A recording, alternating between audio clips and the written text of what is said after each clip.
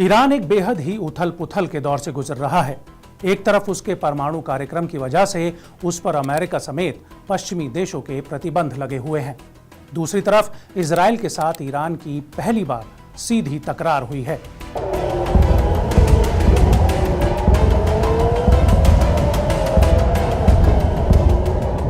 तो वहीं अब ईरान के दो बड़े नेता हेलीकॉप्टर क्रैश में मारे गए। ईरान के राष्ट्रपति इब्राहिम राइसी को ईरान का दूसरा सुप्रीम लीडर माना जा रहा था।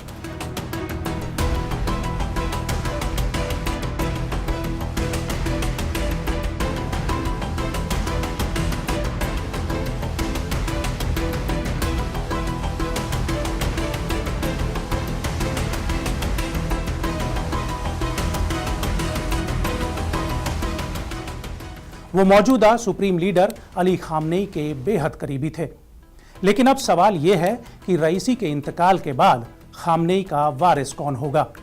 आज बात उस शख्स की जिसने अली खामनेई को अपनी विरासत सौंपी थी, वो शख्स जिसने अपने जुनून और नजरिए से ईरान को बदल कर रख दिया।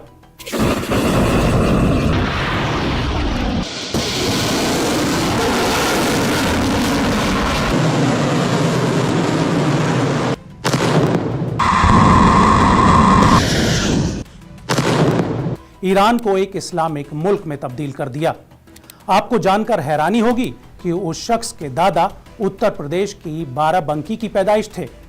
बाराबंकी की जड़ों से जुड़ा एक लड़का आज की तारीख में ईरान का इतिहास बदलने के लिए जाना जाता है। नाम तो सुना ही होगा, क्योंकि नाम है खुमैनी।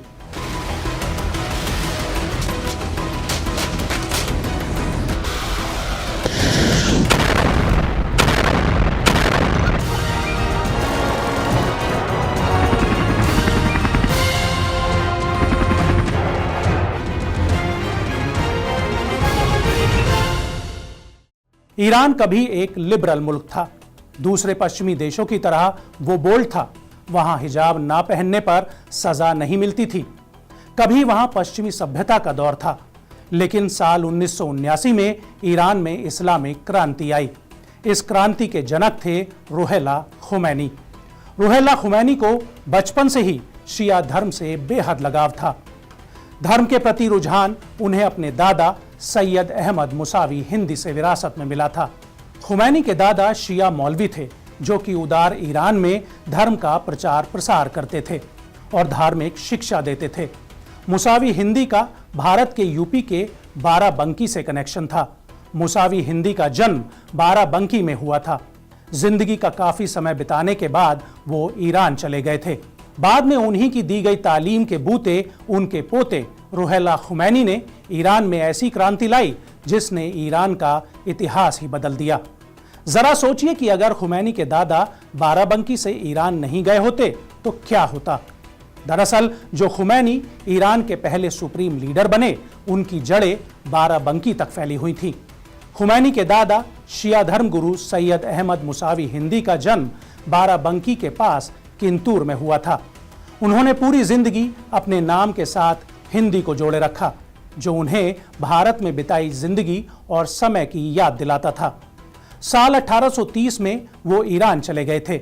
एक तरफ से ये उनकी घर वापसी थी, क्योंकि उनके पिता दीन अली शाह 18वीं शताब्दी में ईरान से भारत गए थे। खुमैनी के दादा मुसावी हिंदी इस्लामिक पुनरुद्धार का विचार मानते थे। उनका मानना था कि समाज में उचित स्थान हासिल करने के लिए मुसलमानों को कोशिश करनी चाहिए। उनका यही विचार ईरान की इस्लामिक क्रांति का आधार बना। रुहेला खुमैनी ने कभी अपने दादा को नहीं देखा था, लेकिन खुमैनी बचपन से ही अहमद हिंदी की इस्लामिक शिक्षाओं के असर और माहौल में पले बढ़े। रुहेला खुमैनी को शिया धर्म की तालीम उनके पिता और दादा मुसावी हिंदी से मिली। कम उम्र में ही खुमैनी शिया इस्लाम के बड़े विद्वान बन गए। शिया मौलवी के तौर पर खुमैनी की ख्याति बढ़ती चली गई। इसके बाद धीरे धीरे वो राजनीतिक मामलों में अपनी राय देने लग गए। वो दौर ईरान में आधुनिकीकरण और पश्चिमीकरण का था। ईरान के शाह मोहम्मद रजा पहलवी की हुकूमत का दौर था। इस्लामिक रेवोल्यूशन से पहले तक ईरान में पहलवी वंश का राज था। उस दौरान देश काफी लिबरल था और ईरान के शाह मोहम्मद रजा पहलवी पश्चिमी सभ्यता के हिमायती थे। इस वजह से जनता उन्हें अमेरिका की कठपुतली भी कहती थी।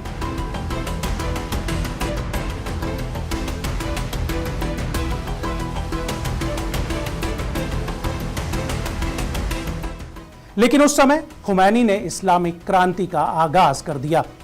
वो राजशाही की जगह विलायत फकीह जैसी पद्धति के शासन के पक्षधर थे। खुमैनी ने ईरान में इस्लामिक दखल के खिलाफ भी आवाज उठाई। देश में आंदोलन शुरू हुए। 1960 और 1970 का दशक ईरान के लिए बेहद ही उथल पुथल भरा रहा। खुमैनी ने इस्लामिक मूल्यों को अपनाने और ईरान को इस्लामिक देश बनाने के लिए हुंकार भरी। आंदोलनों को आवाज दी। एक नायक की तरह वो उभरने लग गए। राजशाही के खिलाफ उनके बगावती तेवरों की वजह से उन्हें जेल में डाल दिया गया। लेकिन पहलवी राजवंश ईरान में बदलाव को रोक नहीं सका। 1978 में शाह पर दबाव बढ़ता चला गया। विरोध प्रदर्शनों और आंदोलनों के चलते 1979 में शाह के हाथ से सत्ता की बागडोर चली गई। खुमैनी जेल से रिहा हुए और वो ईरान के सुप्रीम लीडर के तौर पर स्थापित हुए। 1979 में खुमैनी ईरान के पहले सुप्रीम लीडर बने।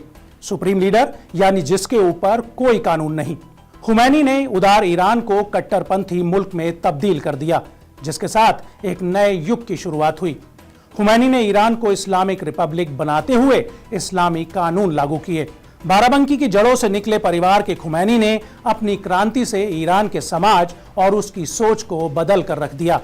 जो कभी पर्शिया था, वो उदारवादी ईरान एक इस्लामिक मुल्क बन गया।